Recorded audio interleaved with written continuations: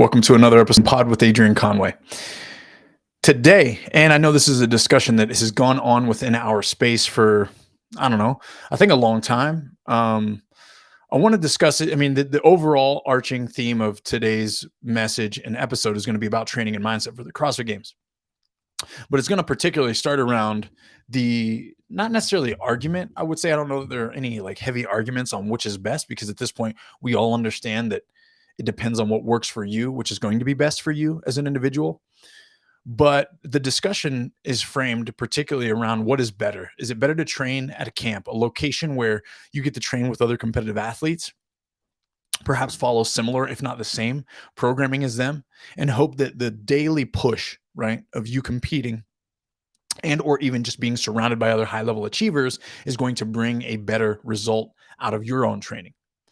Or is it better to have a one-to-one coach, do remote work, remote programming? A lot of times, if you're working with someone at a high level that's going to be a coach in the space that has a worthy resume, or one that you're going to be willing to like risk the investment on, they're likely not going to be living around you. Not that that's always the case. I mean, there's a beauty in finding coaches that are local and working with people in person that can push you to a high level and take your performance to a high level. Of course, it's just rare. So is it better to do the camp thing? Is it better to do the remote thing?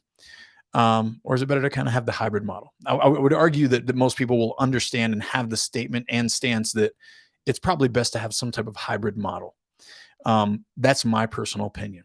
And here's why. I'll share with you guys my own personal take on this, both from experience and both from what I witness within our community, is that for quite a while, it was very popular to just follow someone's programming because someone special was programming it. And when I say special, I don't mean that they were leading others to the CrossFit Games as a coach, but I mean that they were at the CrossFit Games themselves.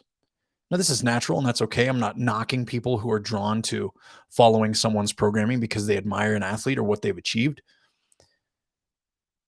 But I am saying that there's an ignorance that is involved when you hold someone's ability to guide you and put that all on in comparison to what they've done as an individual. We can take many other sport examples like Michael Jordan in basketball, that would show us good examples of like, well, just because they're great at something doesn't mean they're going to be able to lead other people to be great at something. In fact, because someone is great at something, it often means that they took to it so naturally, whether it was quality of their movement, the way their body is shaped and framed, the mindset that they brought to the table already, that the training and the stimulus and the end result of their career were all based upon advantages that they already had. They didn't have to go through the same progressions. They didn't have to go through the slow process, as many athletes will need to. Now, I'm not saying that that's how it is for everyone, or that's how anyone's journey could be summed up, but I'm saying that that's truth. And because of that, that creates a limitation in how they guide other people, when other people, more human or limited to greater degrees in skills or capacities, when they have to be led through progressions, because that athlete, high level achiever, might not understand progressions and might not have any in their back pocket. They might not have any established, and not that that's bad. Maybe they can find them. Maybe they're very resourceful. Maybe they can, adapt on the fly and guide you through that. But that is the purest of limitations, in my opinion, when you're following the programming of someone who's a high level achiever and they don't have high level success in guiding other people there. With all that considered, this camp model came on really strong, I would say somewhere at the beginning of 2015, 16. And I think people just wanted to hop on the train that had the biggest momentum, the biggest name. And I still think part of it is that within our community. And I mean, even look at the volume of athletes that follow Mayhem programming. Mayhem has amazing programming. They've got amazing coaches, and their system has adapted and evolved over time. So I want to give a shout out to those guys because they've pivoted in a very important way, especially as we kind of watch and wonder what Rich's continual involvement will be in our sport as a competitor or as an influence, and where that will remain and how much weight that will carry for people that want to be on Mayhem's programming just because it's Rich Frowning's. So as his life and brand continues to shape and evolve, where will that leave that programming, and will people leave it because of that? And this is also the trouble that can create, right? When you're following a brand because of someone, what happens when that someone pivots or that someone leaves, and what happens to that then business or brand? Not to take our conversation down that scope and talk business, but those are a whole nother slew of lessons for people to understand and learn. Um, the limitation with camp programming is that it can be a very well-rounded program. It can get you to a level of fitness, no doubt. But what if you have a weakness of handstand push-ups? And the volume that is present in the camps programming is always at a level where you got to scale it constantly. And there's not inherent progressions built in for people that don't even have handstand push-ups, people that have 3 but need to get 6, and have people that have 6 that need to get 18 strict, and people that have 18 strict but need to be able to do 30 unbroken strict because they want to go to Wadapalooza and qualify for a qualifier when they put 45 and 45 deadlift. Don't make me rant, because I'll rant. And I didn't like that test. I need to do another podcast about the Wadapalooza qualifiers because I wasn't a big fan this year. Don't worry, if you're curious about why, I'll get to it. Tune into another episode. It'll drop shortly before or after this one if you haven't already listened to it. The camp discussion has its limitations, right? And again, all the options are out there. It's a template program based. Heck, I offer one at True Fitness. Go to truefitness.com. Check out what we offer. We have a competitor track, a teen track, a master's track. We have a competitor pro track. The competitor pro track offers less volume than the competitor track so that you can train like a competitor, but with less volume, but there's limitations to it. It will get you really, really fit, but it's not the same as one-to-one programming. Okay, so the next option, right? Camp programming, it offers this really, it feels inclusive, even if you're working remotely. If you get to train in person with these athletes, there's a lot of advantages because you might be throwing down with some of the fittest people in the world to your left and to your right. But is that a bad thing? Well, Adrian, you might be thinking to yourself, well, Adrian, how could this be a bad thing for me to surround myself with athletes that are training at the highest level? Well, I'm going to tell you, here's the limitation. And I experienced this all the way back in like 2013. I would train someone by the name of Tommy Hackenbrook. You should know who that is if you're a fan of the sport. He finished second at the CrossFit Games in 2009 to Miko Salo. And he finished sixth in 2014 as an individual. And he has 2 affiliate cups under his belt. Both of those teams I'm also a part of with him. And he's been to the games maybe another couple times on teams as well. So anyways, successful in our space. Football background like me, we competed together, we trained together. I had to monitor how much I could train with Tommy. And the reason, this is developmental in my career, early in my competitive career, but I would bang myself up trying to keep up with that dude. Right? He would do things that would push me out of my comfort zone. There were things that he was really great at in the gym, things that I could one up him at in regards to skills, rarely on any capacity because he was that fit. But when we got together and went head to head, we were both willing to die for seconds and points. Right? Like why would we train together if we weren't really there to push and make each other better? And the same went with our team those years, 2012 and 2013, when we would go back to back affiliate cup champs. Like we didn't train together every day, and we couldn't because we would run each other ragged. But we had this balance where we could show up, we could do our individualized programming. Shout out to Bobby Maximus, Rob McDonald, at Jim Jones at the time. He's no longer with Jim Jones, but he was their head strength conditioning coach for a while here in Salt Lake City. He was good friends with Tommy, but he programmed for all 6 of us. We all worked on particular weakness-focused things throughout the year. And we would come together to train about twice a week at high intensity. We would compete against each other, and we would do, type stuff. To me, this is the optimum balance for almost any athlete. Do your individual-based training, focus on your weaknesses. You need a one-to-one coach to do that. You need someone to help you progress through what you need to progress through, right? Maybe you need more aerobic development. Maybe you need more gymnastic skill work. Maybe you need more overall contractions to build resiliency. Maybe you need more accessory work to keep yourself healthy. Because when you compound all the stuff that we do for time and for load in regards to Olympic weightlifting, clean and jerk, snatch, deadlift, front squat, thruster, overhead squat, ring muscle up, bar muscle up, ring dip, handstand walking, deficit handstand push-ups, right? The list is endless and it goes on forever. But when you do those things at intensity, maybe it costs you more than it costs other athletes. Maybe your frame is different. Maybe you have longer arms and longer femurs like myself.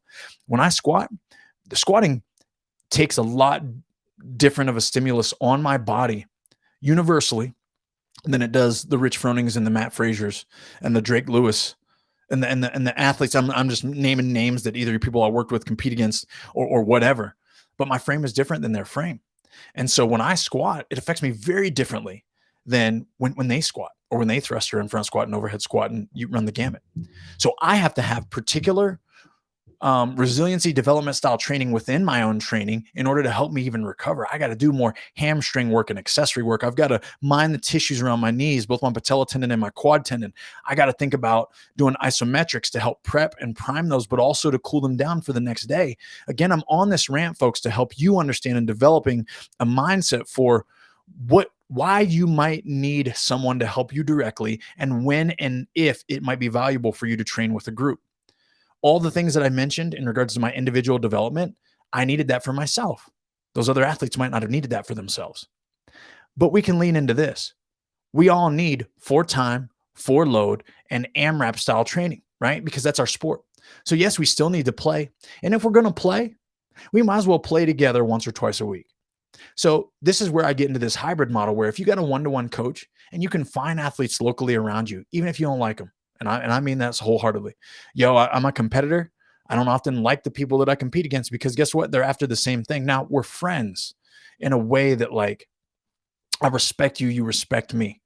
I respect your hustle, your effort, your focus, your sacrifice, because you wouldn't make it to the same level that I'm at if you weren't already doing those things. Much respect, much love. But also, at any means necessary, I will take what you want from you because that's why we're playing. All those things considered, I am mature enough, and hopefully I think most competitors in this space are mature enough to be like, hey, let's get together once or twice a week though. So you can try to kick my teeth in and I can try to kick your teeth in this workout, and we get the best out of each other from an intensity standpoint. Hey, we could even write up workouts that aren't on our programs. Cool. Let's communicate with our coaches. Easy day. Let's do this thing so that maybe, these are a couple of advantages that might go to you. These are a couple of advantages that might go to me in programming. Cool. Again, like it's pretty transparent. If you have relationships, if you're willing to be vulnerable enough like this, I think it can be a home run hitter. And I say that because each week, then you get a chance to strap it on, strap it up, tie the shoelaces up, buckle the chin strap, all these different analogies for like game time style competition, and go get it. Then you get to get out of your comfort zone. You get to push your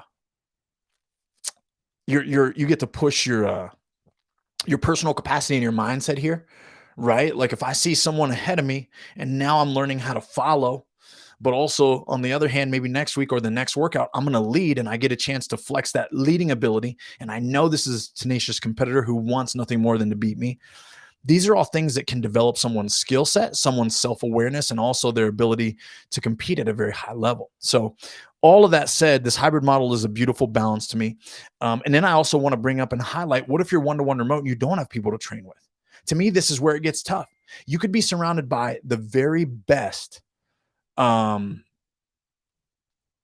could be surrounded by the absolute very best coach, right? And what I mean by that is you could have the most cerebral, most intelligent, most understanding, the best motivator, the best everything writing up a program for you.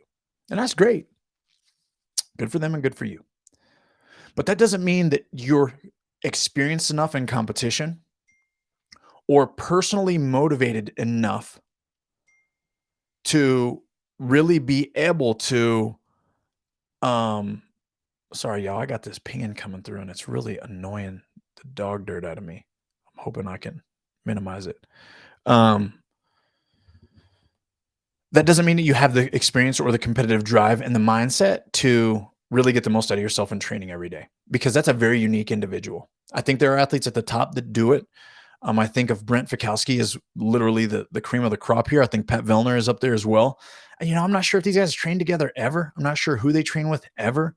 And they've been at the top of their game for a long time. I know that Pat has experience training on a team.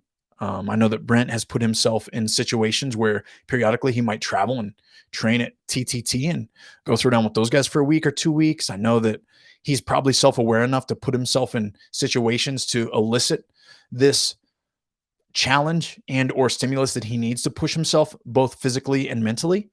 But I don't think many up-and-comers in the space would have that ability and self-awareness. So if you're out there on your own and you're far away, think about how important your current location is. And I'm serious about this, that can you up and go somewhere else? Could you come to a place like Salt Lake City where there are a lot of young, hungry athletes that are getting trained by a coach like myself? And I'm not saying you need to train with these athletes every day, but could you have a job out here that pays your bills the same way that in your current city is? If you're not married and don't have a family, it could be something to consider. If you're not going to university, or if you're not doing something that can't be moved, right, and replaced in a different location, it's something that you should strongly consider. And I say that only because, again, I'm that much of a fan of this hybrid type approach where you can follow your own programming and training, and then you can still elicit and practice the ability to chase, the ability to lead, the ability to compete on a regular basis. So that's my personal opinion on what's out there in regards to camps.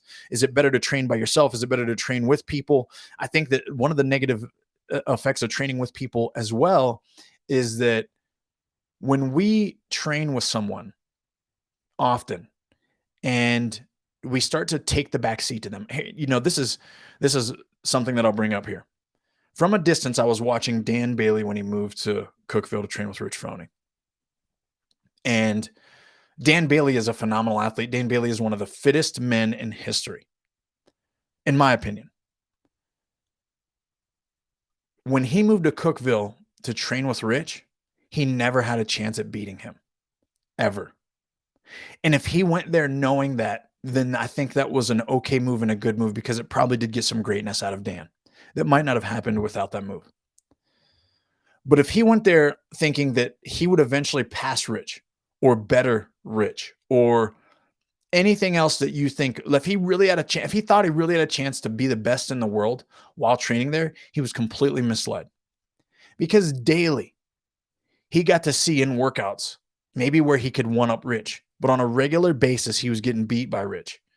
And when you see that and you experience that, there is subconscious things that happen in your mind.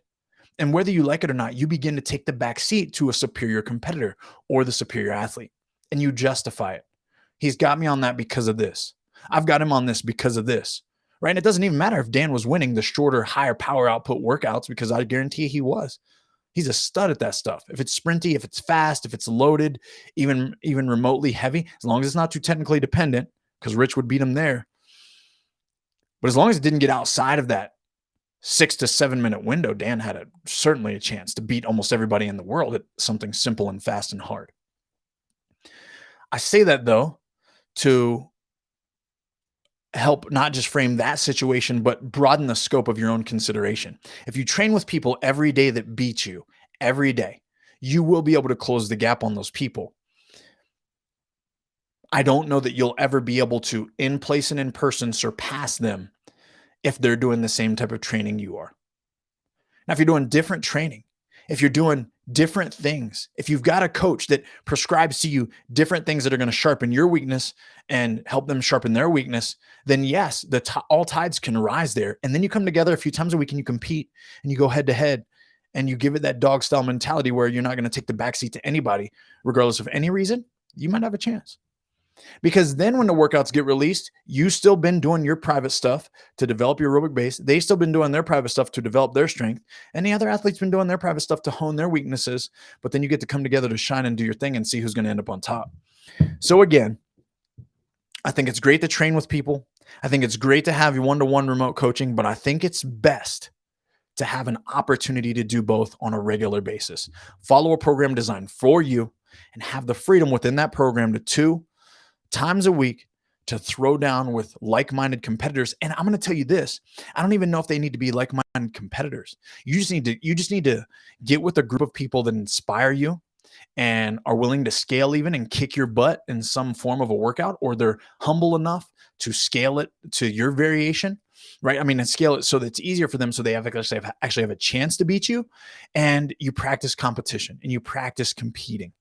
But I just think that we can't refine that skill enough. And I think it's something that's extremely important and overlooked within our space. So that's my rant there. Now, the next topic that I wanted to discuss on this episode, where we're talking about training mindset for the CrossFit Games specifically, is this particular athlete that comes to my mind. And her name is Bethany Shadburn. I'm going to have her on as I get rolling and start recording again the More Than Fitness podcast on the CrossFit Games podcast channel.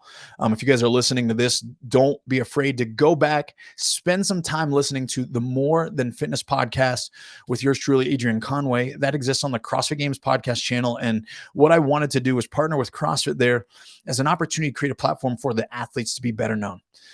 We know that in order to have success in this world, in this day and age, you've got to both know and be known. And I want these athletes to be known to you, so that they can share their story, so that you can become fans of them, or maybe we can create some type of fandom where, yes, there's heroes and there's heels and there's storylines, and you get to hear what their lives are like and how they got their sponsorships and how they train and all this stuff.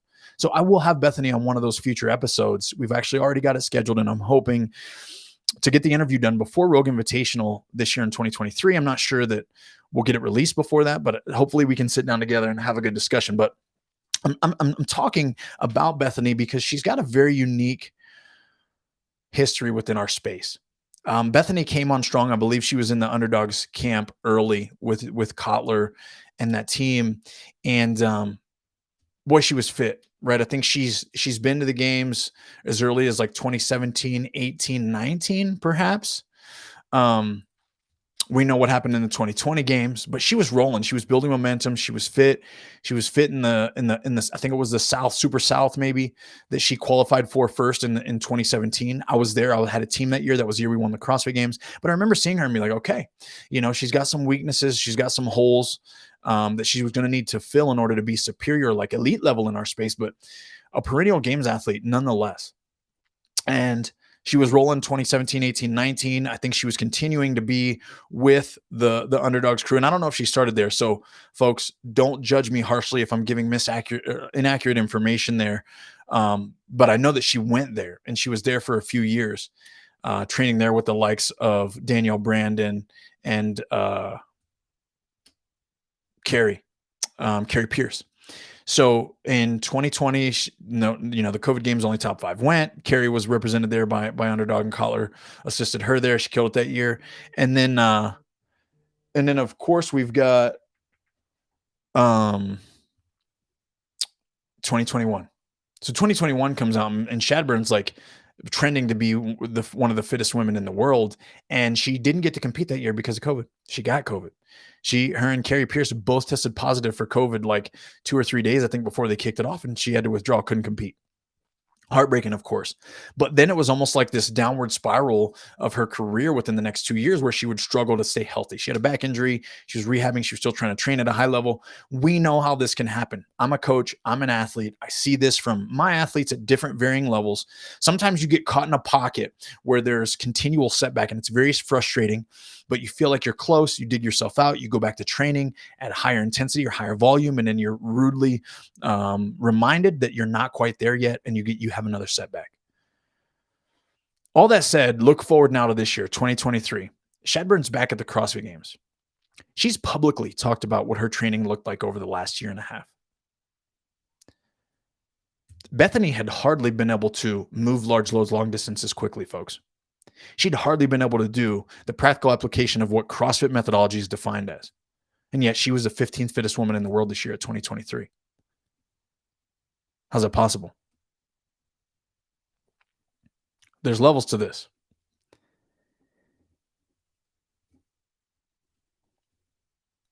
Bethany Shadburn established a baseline level of fitness throughout her experience in the first 6 to 7 years of her exposure to CrossFit that allowed her to withstand an injury that didn't even allow her to tie her shoes for a while to her back. Then her training had to adapt in such a way that she was trying to optimize her resiliency, both within her hips and back, her unilateral balance, but her training looked very segmented versus the traditional CrossFit means of performance, right? So we're talking like maybe she's not doing a lot of thrusters, maybe she's not doing a lot of deadlifts, maybe she's not doing a lot of power cleans, nothing. It's all slow, positional, tempo work, eccentric loading, isometric contractions, and I don't even know who's doing the programming. But here's what I do know, is that this brings up a very interesting topic on how often do you need to be doing high intensity, high volume, and compound movements when you spent years developing them. Now, I'm not saying that you can ignore them, right? We know that functional movements are compound yet irreducible. And when we break them down into more simple movements, they can't really apply in the same light, in the same way. And maybe that's why Bethany finished 15th and she didn't finish top 5. I don't know. But what I do know is that she was 15th fittest in the world. And this brings to the topic the traditional means of strength conditioning. This is where I originated in the coaching space. I went to university. I went to Weber State University. I studied human performance. I began to work with like soccer teams, basketball teams, football teams, tennis teams, softball. I don't know if I mentioned that. Um, almost every major sport there at that university. And then I would do youth strength conditioning and speed development. That was my first ever coaching job. I did that every summer throughout college. I hosted speed and agility camps where we would do load-free stability work, balance and agility work. And the sole goal is these kids were showing up to run faster, jump higher, jump further, and be more balanced when they exited so that they could have successful fall and winter seasons coming out of the summer. Guess what we weren't doing at those camps? If they were football players, we weren't playing football. If they were soccer players, we weren't playing soccer. If they were basketball players, we weren't playing basketball. And yes, I had athletes from each and every one of those sports, major sports, coming to be trained. I even had sessions where there were junior high athletes at my training sessions, 12 to 14 years old. And they were there in training with athletes, I'm here in Salt Lake City, that were from Utah State, the University of Utah, and Weber State University. Like they would show up to get coached by me to get ready for their season on top of some of the training that they were already doing because they wanted to compete against each other. They wanted to do that. It was some of the fastest, some of the most skill position players. I bring this up to help you understand that in order to play a sport at a high level, you don't just always keep playing the sport. You do things that improve your ability to play the sport. That's what Bethany Shadburn was doing this last year. She got 15th at the CrossFit Games. I'd be interested in, and I want to talk to her about when I do interview her, what was the percentile of her training that actually looked like constantly very functional movements at high intensity? And how does she think that she was able to execute the scope of test that was given to her at the CrossFit Games in 2023 and perform 15th best in the world, knowing that that was absent in her training? It's because you don't always need to do the thing to get better at the thing. And some of you need to be reminded of that. Some of you don't understand the transference of value and execution when you're doing unilateral training at tempos, step-ups, lunges, strict overhead press, overhead walk, farmer carry, single arm farmer carry, right? Front rack walk and carries to support the handstand hold statically, right? Like all these things have a unique ability to help enhance everything else that you're doing. Very hard to be mindful of that and recognize that at the time because we become very insecure when we're not touching high intensities and doing it in the way that we know makes us uncomfortable. And I'm saying that from athlete as experience. I chased that stimulus headlong too often though. And I think it deterred my performance. And I'm not saying if Bethany Shadburn looks back on this year, she's going to say, yeah, my training was excellent. I'm going to go into next year training that way. I don't think that's true. But I think you have to understand that once you develop a broad base of athletic capacity specifically demanded in the sport of CrossFit, right? Which means, yeah, you've got some thrusters and you've got the capacity to do high level loaded thrusters and high volume lighter thrusters.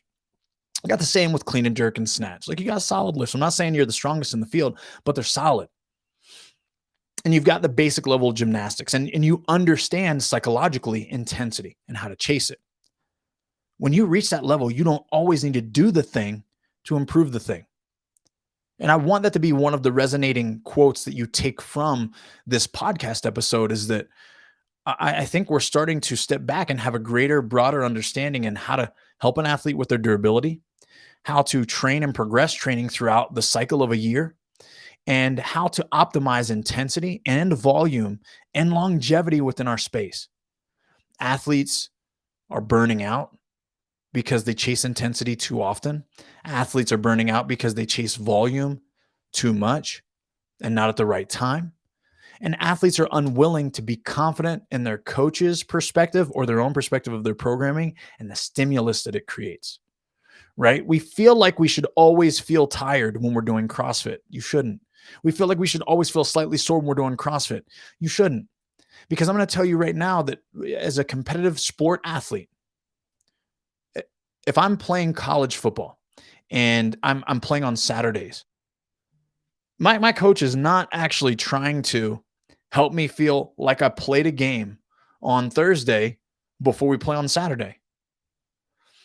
My coach wants me to feel like the last time I played was last Saturday. Now we want to get reps in. We want to get quality reps in of preparation for the team that's coming. We want to get quality reps in at speed of the style of competition that's going to happen. We want to get repetitions and preparation in for the situations that will present themselves. But we're not playing games until Saturday comes again. You go even into preseason. Yes, we do scrimmages, but they're few and far between. And also rarely is it 1v1s, meaning the best on offense versus the best on defense. We have to learn how to adapt this overall mindset and perspective with CrossFit. After you get a certain amount of reps under your belt and competitions under your belt, you need to be doing film study and film review of your training every day. If there's thrusters in your workout and you're not watching how you thruster, the depth at which you hit and the way that you lock it out, you don't really care that much. If you're doing chest to bar pull-ups, butterfly pull-ups, both kipping, regular kipping or butterfly, or you're trying to master the strict ring muscle up and you trying it, but you don't film it and you don't watch it, you don't really care that much. Or you're not really giving that much thought on how you can actually improve by simply watching and not always doing and failing, or not always doing and succeeding, but watching and learning and remembering and visualizing and thinking about that next drill and sending that video to your coach so they can develop the next drill and the next step of the progression. So instead of that 1, you can get that 2. And instead of holding on for that false grip for, 5 chest to ring pull-ups, now you can hold on to a false grip for 7 chest to ring pull-ups. And it was a simple tweak of keeping your feet in front of the rings and not that break in the midline that you constantly have. Now, I can go down this rabbit hole and we could talk for hours about this, but I'm not going to do that. I'm going to save you some time. There's an evolution taking place within our space where we're starting to understand that programming does matter, yes. But it also ain't just a science. It's not. You can't just do the math and do the percentage math and do the thing. Sorry, not for this sport. It's not how it works. It's a science and an art. And it takes both experience and time and understanding and study in order to be successful to program it and coach it at a very high level. Not only that, but I think you have to have a very unique ability to communicate and inspire. So if you're a coach in this space and you feel like, man, you're just dry and you got no personality, like good luck taking someone to the CrossFit Games. Good luck getting someone to listen to your words and be inspired even when they don't want to do the thing, to do the thing. Or to be inspired enough by you to take your direction that when they want to do the thing, there's enough conviction in your voice that tells them, don't do it. You don't need to do it. You're ready. Let's go. Today's a rest day. You're going to kill it tomorrow. Because those are the hardest conversations I have with my clients. Some people want to train their face off. Some people want to compete their face off. And I got to be like, hey, nope, not today. Not today. And no, you can't do 4 sets. I told you it's 2. And if you want them to be productive, you better do those 2 the right way. Then read the intent, execute it to your best of your ability, leave no stone unturned, go hard, but you only get 2. We don't need extra fluff. So, folks, when I talk about training and mindset, when we talk about training and coaching, to me, I'm trying to take every lesson that I've ever learned in any sport that I've ever played, take every lesson that I've ever learned from any astute, psychologically advanced person than I've ever acknowledged. I don't want to call them smarter than me, because I think that I have a growth mindset. So I think that I can learn almost anything that's teachable and digestible for me. It might take me longer than other people, but there are folks that certainly learn things quicker. But I'm taking every lesson that I learned from those people, taking every lesson that I learned from someone who's more charismatic and has a stronger presence and attitude than I do. And I'm taking all those lessons. And that's how I try to make this winning opportunity and progressive opportunity for each and every one of my clients. So if you're coaching out there, you need to be doing the same if we want to continue to level up the sport. If you're an athlete out there, that's what you need to be looking for. If you want to level up your ability to perform, you have to think about, man, am I being led in this way? Do every day I do something for time without rest? Is every day I don't do stuff for quality? Is every day progressions, or is it all just full movements all the time? Where is this unilateral work that Adrian was talking about, this one leg and one arm, and why is that important? And if you're not having those conversations on the team that you're a part of, on the coaching staff that you're paying, or with the one-to-one coach that you have, or even Folks, if you're the everyday athlete and you go to an affiliate and you don't do unilateral training that's not for time, and I'm talking tempos, I'm talking isometrics, I'm talking stuff that helps the resiliency of your body so that you can stand the test of time with all this high intensity training that we do, good luck. You probably won't last long. You'll probably get burnt out. You'll probably be scaling workouts a lot because you're going to be hurt and it's going to get annoying. Can't do that. Can't do that. Won't last. And in your gym, and if you're an affiliate owner, listen to this, you know what your gym is going to be doing. Looking for clients. You're going to be trying to promote, get more people to sign up, lowering your price, afraid to raise your price because it's going to put you in a rough spot. Listen, I appreciate you guys tuning in. Overarching theme is this. Hey, if you're an athlete and you have the opportunity to have a one-to-one coach, if you can afford that, do it. If not only that, then you could get an opportunity to go train with other like-minded and desired athletes that are even a little better than you. Go train with them 2 times, 3 times a month, once a week, whatever it works out. Chase that intensity on those days. Compete. Don't take the backseat to anybody. If you're a camp athlete, which means that you follow template training, if you're just paying a monthly subscription, you got to think about finding ways to train your own weakness though and add it in. If you don't know it good enough, you got to really think about what you can do in your life to allocate funds to invest in a one-to-one coach. It's going to be worth it for you. And then lastly, if you're a one-to-one athlete and you have a great coach and you're remote and you never, ever get to train with anyone else, I want to encourage you to think about what your goals really are in the space. And if that matches what you are and you can still show up to local competition or you can show up to the open and you just want to simply get better at that, that's great. But if you could relocate, if you could take classes remotely, if you can get your job transferred to another city, you might want to look into it. Because if you can still make money and live in an area that puts you in a place where you can have success early versus late, right now instead of 2 years from now, that's going to mean a lot when it comes to training age and your opportunities to build capacity in the space. So nonetheless, folks, I love getting on here and ranting and talking about current issues in our space, current topics within our space. This one was about training and mindset in the sport of CrossFit, but I'm sure it could be applied to many different endeavors in life. I use Bethany Shadburn. Shout out to Bethany if you listen to this episode. Certainly admire what you've been able to accomplish. Can't wait to sit down and dive into what the last couple of years have looked like for you. And then, of course, your ability to grace the CrossFit Games floor and finish 15th in the world amongst all that adversity. But I thought that she was just a really great example on how it's not cookie cutter, folks. We're deep enough in this sport to understand that you gotta take the journey that works for you, and it's not going to work for everyone else. But with that being said, hey, remind that in your own life. Remember that in your own life, right? What I do isn't going to work for you, and what you do isn't going to work for me, and that's okay. And I think that if we can remember that, we'll all keep rising, and that's the goal. So hopefully you guys enjoyed this episode. Tune in to the next one. I have no idea what it'll be about, but it might just be a short format episode to give you a good kick in the derriere and get you through the rest of your week. But keep rising.